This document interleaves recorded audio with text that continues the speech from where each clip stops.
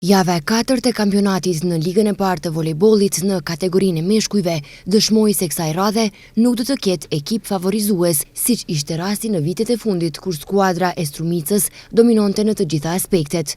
Kësaj radhe aktualisht ekipi i UGD Shtipi, cili kryeson me 12 pikë maksimale, si duke do të mbetet edhe favorit kryesor për titullin kampion, por edhe kësaj radhe edhe me ekipin e Borecit të Velesit.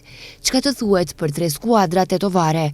Universiteti Tetovës aktualisht ka 3 fitore dhe 1 disfat, ndërsa Shkëndia ka 1 fitore e 3 humbje, aq sa edhe Liria e Zherovjanit. Rezultatet e kompletuara të Xhiros së 4, Liria Vesna Probishtip 3-2, Shkëndia UGD Shtipi 0-3, Rabotnički Universiteti Tetovës 3-0, Skopje Makedonia Gjio 0-3, Janta Volej Susheva 0-3 dhe Boreci Strumica 3-2. Tabelën pas 4 xhirove kryeson UGD Shtipi me 12 pikë, para Strumicës që ka 10 pikë dhe Rabotnički 9 pikë.